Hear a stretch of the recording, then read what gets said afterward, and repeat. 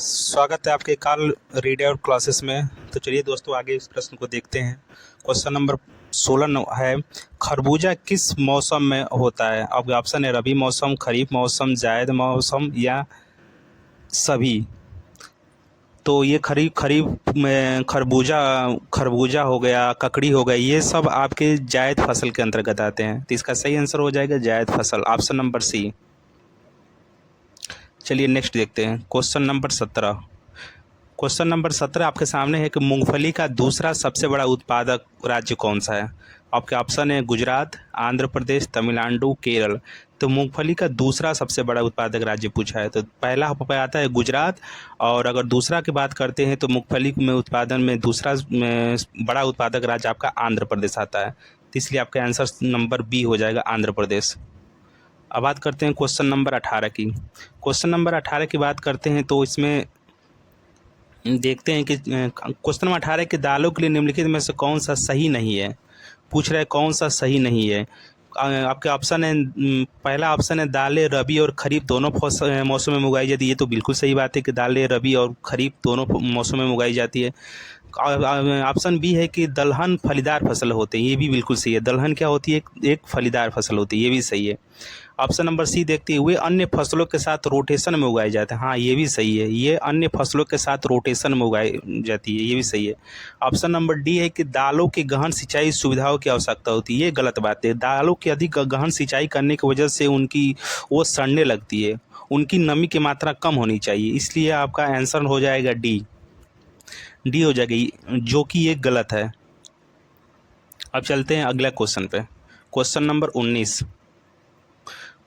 19 की बात करते हैं तो क्वेश्चन नंबर 19 से चांदी क्रांति किससे संबंधित है? आपके ऑप्शन ए है कीमती खनिज के संबंधित है, ऑप्शन बी है चावल से संबंधित है, ऑप्शन सी है कपास से संबंधित है, ऑप्शन डी है अंडा से संबंधित है।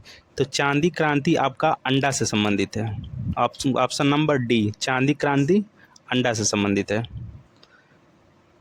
अब बात करते हैं क्वेश्चन नंबर 20। क्वेश्चन नंबर 20 की बात करते हैं तो क्वेश्चन नंबर 20 है आपके सामने कि संयुक्त राष्ट्र के किस अंग ने 1994 से अपने संचालन को निलंबित कर दिया? ऑप्शन है आपके trusteeship council, option b economic and social council, option c है secretariat, option d international court of justice. तो ये 1994 में अपने संचालन को निलंबित करने वाला अंग हुआ करता था टर्टशिप काउंसिल, इसलिए आपका क्वेश्चन नंबर 20 का आंसर हो जाएगा ऑप्शन नंबर ए, टर्टशिप काउंसिल। अब चलते हैं अगले क्वेश्चन पे, देखते हैं अगले क्वेश्चन की बात करते हैं। तो अगला क्वेश्चन आपके सामने है कि सुरक्षा परिषद में कितने अस्थायी सदस्य होते हैं? इसमें अस्थायी सदस्य पूछा है, स्थायी सदस्य नहीं। सुरक्षा परिषद में कितने अस्थायी सदस्य होते हैं? आपके ऑप्शन है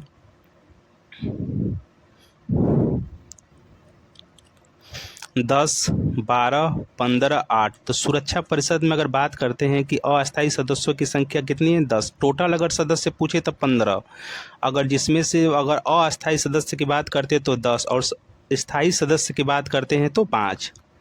टोटल 15, अस्थायी सदस्यों की संख्या 10 और स्थायी सदस्य की संख्या 5। अगर स्थायी सदस्य की संख्या की बात करते हो 5 देश में आपका ब्रिटेन, फ्रांस, रसिया, अमेरिका, चीन, ये हो गए आपके 5 सदस्य जो कि स्थायी रूप से सदस्य हैं। अब बात करते हैं क्वेश्चन नंबर 22। क्वेश्चन नंबर 22 की बात करते हैं तो दिया है कि निम्नलिखित में से कौन राष्ट्रीय संघ के भीतर एक संगठन नहीं था? आपके ऑप्शन है शरणार्थियों के लिए आयोग, ऑप्शन बी अंतर्राष्ट्रीय सैन्य बोर्ड, ऑप्शन सी है स्थायी केंद्रीय अफीम बोर्ड, ऑप्शन डी है दास्ता आयोग। तो इसका सही आंसर हो जाएगा स्थायी केंद्रीय अफीम बोर्ड, जो कि राष्ट्रीय संघ के भीतर का संगठन नहीं है, इसलिए आपको ऑप्शन नंबर सी हो जाएगा।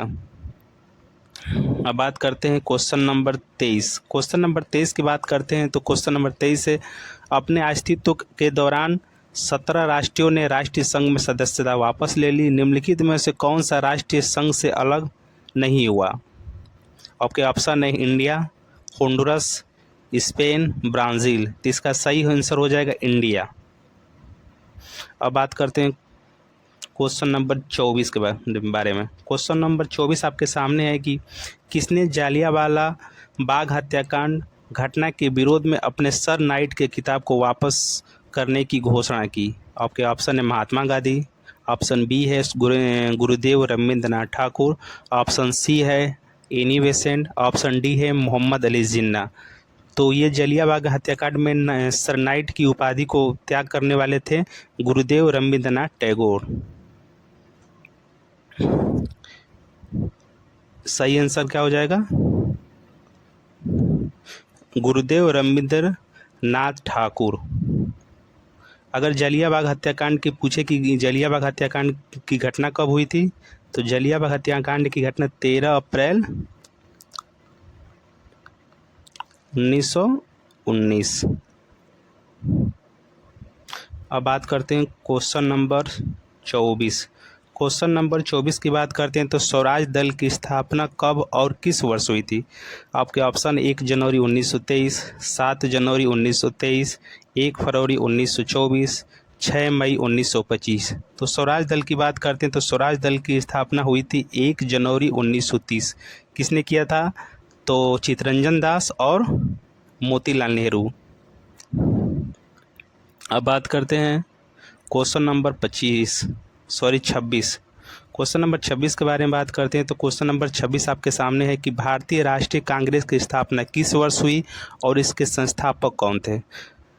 आपके ऑप्शन है कि 1880 रिपन, 1884 लिटन, 1885 ए.ओ. ह्यूम कि 1887 व्योम चंद्र बनर्जी। इसका सही आंसर हो जाएगा 1885 ए.ओ. ह्यूम के द्वारा भारतीय राष्ट्रीय कांग्रेस की स्थापना हुई थी। आगे बढ़ते हैं क्वेश्चन नंबर 27। क्वेश्चन नंबर 27 की बात करते हैं तो क्वेश्चन नंबर 27 है कि इंग्लैंड में औद्योगिक क्रांति किस उद्योग से प्रारंभ हुई थी? आपके ऑप्शन है परिवहन उद्योग, वस्त्र उद्योग, लोहा उद्योग या प्लास्टिक उद्योग। तो इंग्लैंड में औद्योगिक क्रांति जो हुई थी वो वस्त्र उद्योग से प्रारंभ हुई थी। तो आपका सही आंसर क्या हो जाएगा? ऑप्शन नंबर बी, वस्त्र उद्योग। अब बात करते हैं क्वेश्चन नंबर 28। क्वेश्चन नंबर 28 के बारे में बात करते हैं तो क्वेश्चन नंबर 28 है कि पटना में गोलघर का निर्माण किस वर्ष किया गया? 1786 में, 1787 में, 1788 में, 1789 में। तो पटना में गोलघर की स्थापना की बात करते हैं तो ये हुआ था आपका 1786 में। इसके बात करते हैं तो 1770 में एक भयंकर भूख में सूखे के दौरान ना लगभग 1 करोड़ लोग भूखमरी का शिकार हो गए थे वहाँ। तो उस टाइम पूछा है कि गवर्नर जनरल कौन था? तो गवर्नर जनरल वारेन होस्टिंग्स था।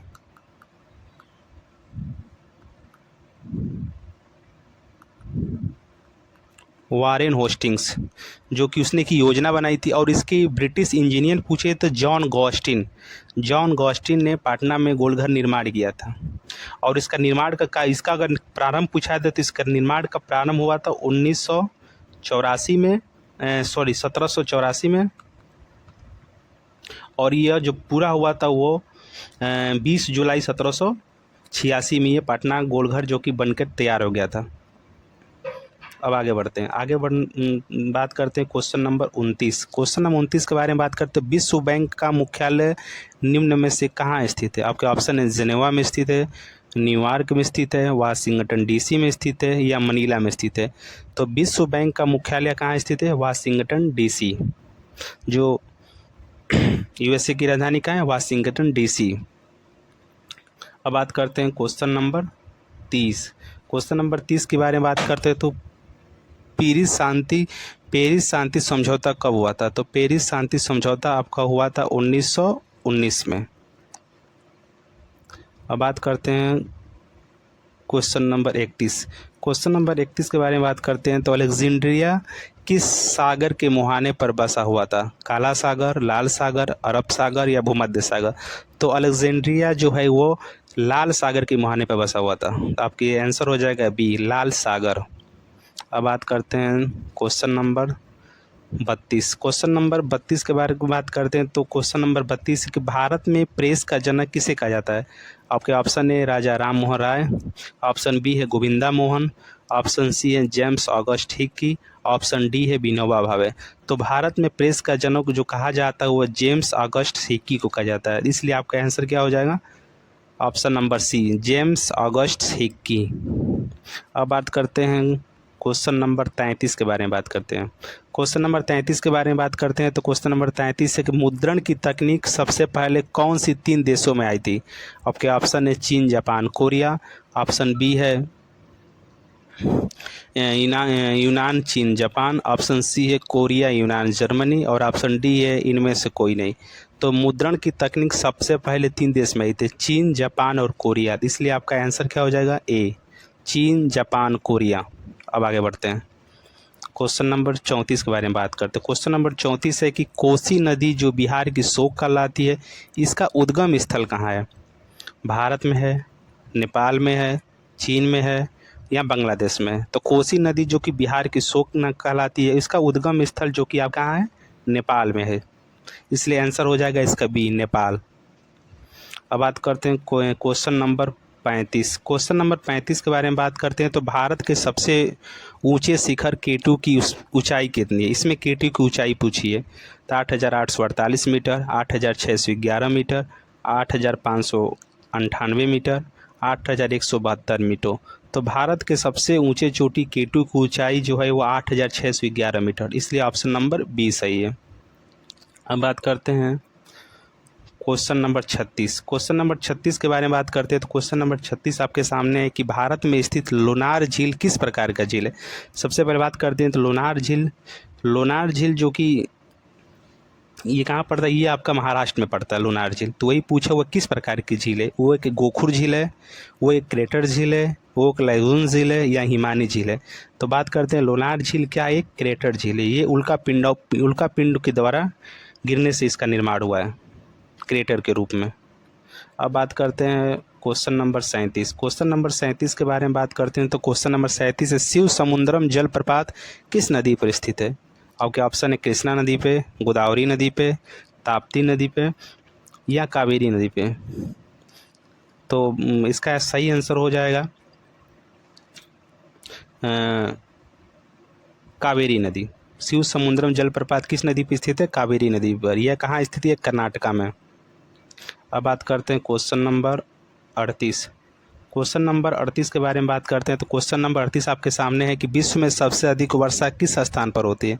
सिलचर में, चेरापूंजी में, मौरा सिनराम में या गुवाहाटी में? तो एक समय था कि सबसे अधिक वर्षा भारत में चेरापूंजी में हुआ करती है, लेकिन उससे भी ज़्यादा वर्षा जो कि मेघालय के मौनसीनराम गाँव में हुआ करती है। तो सबसे ज़्यादा पूछा है तो इसलिए आंसर क्या हो जाएगा इसका? सी, मौनसीनराम।